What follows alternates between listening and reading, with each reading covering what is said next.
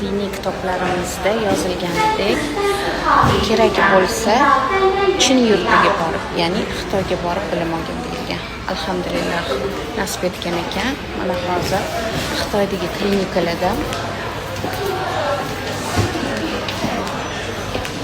aynan kasallarni qanaqa qabul qilishligi, ular bilan qanaqa ishlashligi, qanaqa отделениялari bor, oshqozon osti bezini operatsiyalari, transplantatsiyalari bormi, insonlarning insulinini chiqarish uchun nima preparatlar bilan ishlanyapti, hammasini o'rganamiz.